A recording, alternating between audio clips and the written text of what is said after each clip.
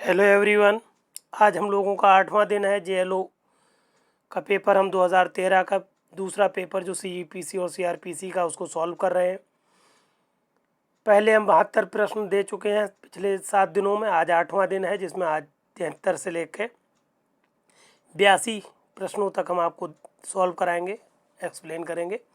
पहला प्रश्न 73वां हम लोगों के सामने है कि आपसे पूछा गया है प्रतिस्थापित तामील किस आदेश के अंतर्गत आती है। बहुत इंपॉर्टेंट प्रश्न है ये। हालांकि हम अपने मैटर में सीपीसी का पूरा मैटर हमारे यूट्यूब चैनल पर पढ़ा हुआ है। पूरी प्रतिस्थापित तामील हमने डिटेल्ड पढ़ाई है। यहाँ पर सिर्फ आपसे शॉर्ट में पूछा गया कि प्रतिस्थापित तामील किस आदेश के अंतर्गत है। तो आदेश 5 नियम 20 में प्रतिस्थापित तामील की बात की गई है। कहने का मतलब है 73वें प्रश्न का ऑप्शन नंबर 4 सही है। 74वां प्रश्न आपके सामने आपसे पूछा गया है कि निष्पादन विक्रय के आगमों का डिक्रीदारों के बीच आनुपातिक वितरण करने का प्रावधान है।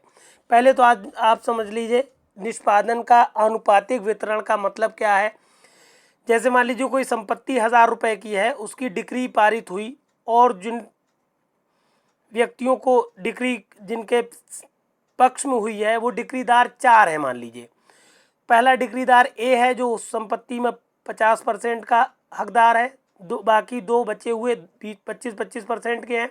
तो आनुपातिक का मतलब है कि अगर डिक्री 1000 रुपये की है तो पहले वाले डिक्रीदार को 500 रुपये मिलेंगे और बाकी बचे हुए दोनों को 250-250 रुपये मिलेंगे। कहने का मतलब है जिस तरह से डिक्रीदारों का हिस्सा होता है उस संपत्ति में जिसका निष्पादन किया गया है, विक्रय किया गया है, विक्रय का निष्पादन किया गया है, वो लोग उसी रेशियो में अपना हिस्सा पा लेते हैं उस संपत्ति से जिसका विक्रय किया गया है।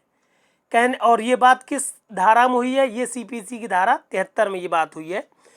हमने अपने उत्तर में लिख दिया है। जैसा कि हम बता चुके सारा मैटर हम हैंड रिटन नोट्स के फॉर्म में देते हैं। इस तरह से आपको सारे वीडियो में इस तरह का PDF मिलेगा।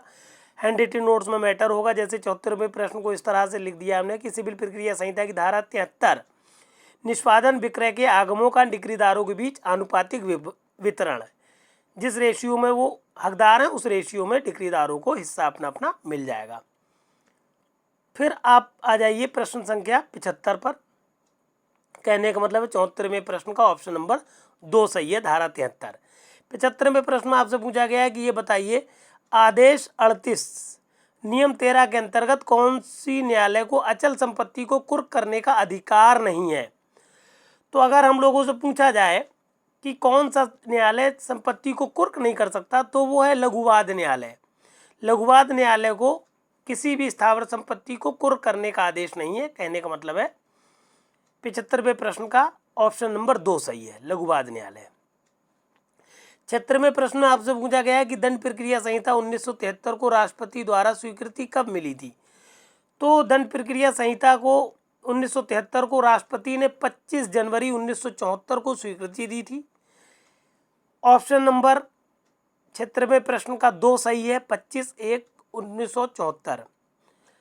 25 जनवरी 1974 को राष्ट्रपति ने इस सीआरपीसी 1973 को मंजूरी दे दी। 76वें का ऑप्शन नंबर 2 सही है। फिर 77वें प्रश्न पर आ जाइए। बहुत पूछा जाता है 77वां प्रश्न कि हमारे दंड प्रक्रिया संहिता की मुख्य विशेषता क्या है। तो दंड प्रक्रिया संहिता 1973 की मुख्य विशेषता है कि ये संहिता क्या करती है, न्यायपालिका को कार्यपालिका से पृथक करती है। कहने का मतलब है न्यायपालिका अपना अलग काम करेगी, कार्यपालिका अपना अलग काम करेगी। 77वें प्रश्न का ऑप्शन नंबर 3 सही है। पीड़ित बहुत ही इंपॉर्टेंट है। पीड़ित शब्द हमने हालांकि अब जो मैटर पढ़ाया सीपीसी का उसमें पूरा पीड़ित को परिभाषित किया है। तो जैसा कि हम बार बार कह रहे हैं मैटर पढ़ाया का मतलब है जेएलओ का पूरा सिलेबस हम अपने मैटर में पढ़ा चुके हैं। जैसे ही आप हमारे चैनल को सब्सक्राइब करेंगे सारा मैटर आपको जेएलओ का सीपीसी, सीआरपीसी, एविडेंस, कॉन्स्टिट्यूशन सारे सब्जेक्ट आपको लाइन से लगे हुए मिल जाएंगे। सबकी प्लेलिस्ट बना दी है हमने। कोई असुविधा होने पर आप हमारे नंबर पर भी संपर्क कर सकते हो। पीड़ित में क्या होता है, वो व्यक्ति भी होता है जिसको क्षति होती है, उसका संरक्षक भी होता है, इसका विधि वारिस भी होता है। इसका मतलब ऑप्शन नंबर 4 सही है 78वें प्रश्न का, क्योंकि उपरोक्त सभी सारे लोग पीड़ित के अंतर्गत आते हैं, चाहे उस क्षति हो वो व्यक्ति या उसका संरक्षक या विधि वारिस। 78वें प्रश्न का ऑप्शन नंबर 4 सही है। 77वें का ऑप्शन नंबर 3 सही था, न्यायपालिका को कार्यपालिका से अलग करना। अन्वेषण बहुत पूछा जाता है, अन्वेषण का मुख्य उद्देश्य क्या होता है? तो अन्वेषण चूंकि पुलिस अधिकारी करते हैं और इनका मेन काम है साक्ष्य को एकत्रित करना, तो अन्वेषण का मुख्य उद्देश्य साक्ष्य एकत्रित करना है। कहने का मतलब 79 का ऑप्शन नंबर 2 सही है। फिर आ जाइए वारंट मामला, बहुत अच्छा प्रश्न है। वारंट केस का अर्थ क्या है? तो वारंट केस ऐसा मामला होता है कि बहुत पूछा जाता है, कभी कभार हम संज्ञेय मामले और वारंट मामले से कंफ्यूज हो जाते हैं।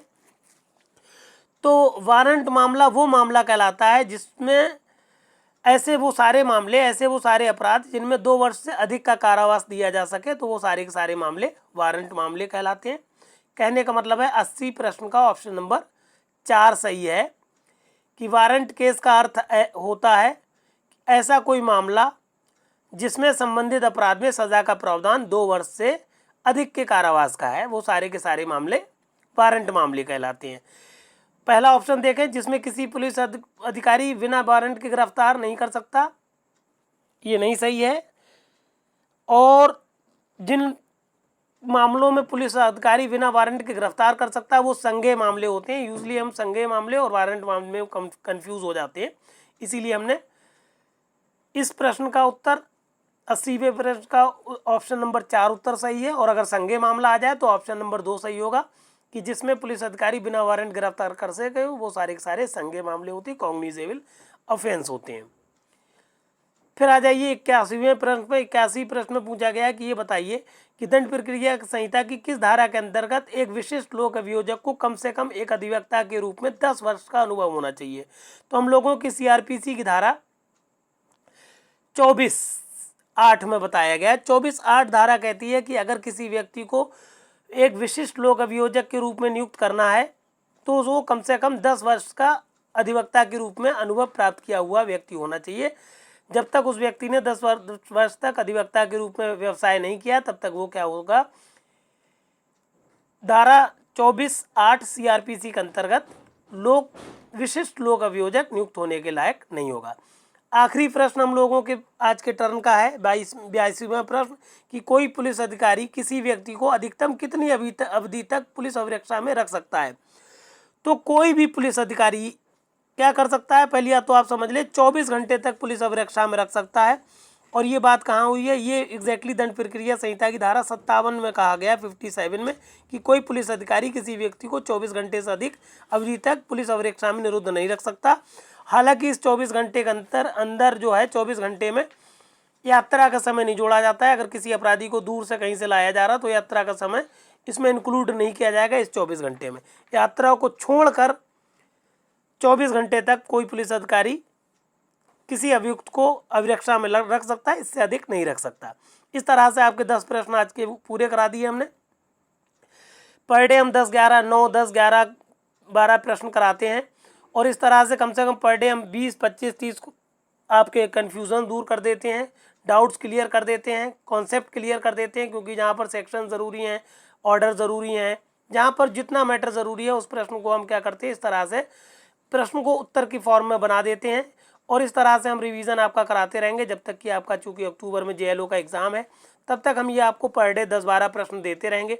और इस 10-12 प्रश्न के अंतर्गत हम आपको कम से कम 10-20 जानकारियाँ पर डे देते रहेंगे। आपका रिवीजन हर सब्जेक्ट का कराते रहेंगे।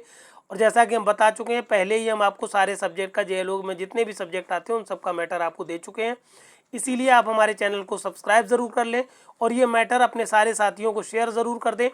बहुत इंपॉर्टेंट मैटर है, सारा मैटर फ्री ऑफ कॉस्ट है। आप सारे साथियों को शेयर करें और चैनल को सब्सक्राइब ज़रूर करें, जिससे हमारा चैनल ग्रोथ कर सके और हम आपकी और ज़्यादा मदद कर सकें। Thank you for watching this.